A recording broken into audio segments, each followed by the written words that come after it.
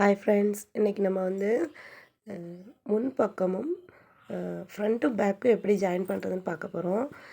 எப்போவுமே நம்ம ஃப்ரண்ட்டும் பேக்கும் ஜாயின் பண்ணும்போது பார்த்திங்கன்னா, அதாவது வெளிப்பக்கம் உள் சைடில் வர மாதிரி உள் பக்கத்தை மேலே வச்சு தைப்போங்க. அப்படி தைக்கும்போது பார்த்திங்கன்னா, ஃபஸ்ட்டு ஜாயின் பண்ணும்போது ஹார்ம் ஹோல்ஸ்லேருந்து ஸ்டிச் போடக்கூடாதுங்க. எப்போவுமே நம்ம ஃப்ரண்ட்டு நெக்கு வச்சுருப்போம் இல்லைங்களா, ஸ்டிச் பண்ணி வச்சுருப்போம் இல்லைங்களா, அதுலேருந்து தான் ஜாயிண்ட் ஆரம்பிக்கணும். ஏன் அப்படி ஆரம்பிக்கணும் அப்படின்னு பார்த்தீங்கன்னா, நம்ம நெக்லேருந்து ஸ்டிச் பண்ண ஆரம்பித்தோன்னா எக்ஸ்ட்ரா இருக்க கிளாத்தை ஹார்மோல் சைடில் கொஞ்சம் கட் பண்ணி எடுத்துக்கலாம்.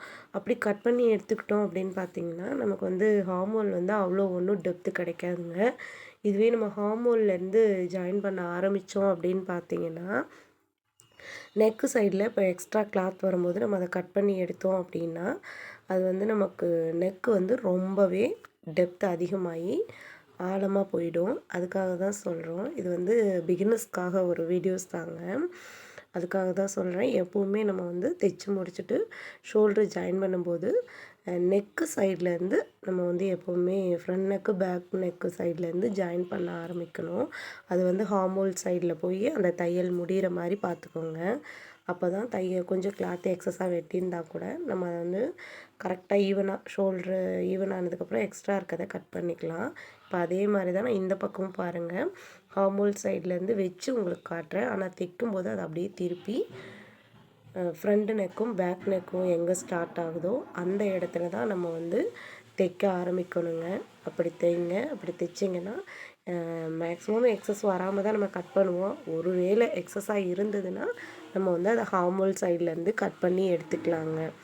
பாருங்கள், இப்போ நான் இதை தைக்கிறேன் பாருங்கள். அந்த எக்ஸ்ட்ரா எதுவும் வரும்போது நீங்கள் ஹார்மோல் சைடில் லேஸாக டெப்த்து கொடுத்து கட் பண்ணிக்கலாம். அது அவ்வளோவா ஒன்றும் லூஸாகவோ சுருக்கமாகவோ வராது. ஆனால் ஃப்ரண்ட் நெக் சைடில் அப்படி கட் பண்ணோன்னா நெக்கு கீழே இறக்கமாக போயிடும். கண்டிப்பாக இந்த மெத்தடில் தைச்சி பாருங்கள். இது ரொம்ப யூஸ்ஃபுல்லாக இருக்கும். நம்ம சேனலில் அடுத்தடுத்து வர டெய்லரிங் வீடியோஸ் எல்லாம் மறக்காமல் பாருங்கள். உங்களோட சப்போர்ட் கொடுங்க. பாருங்கள், இப்போ நம்ம இதை தைச்சி முடிச்சிட்டோம்.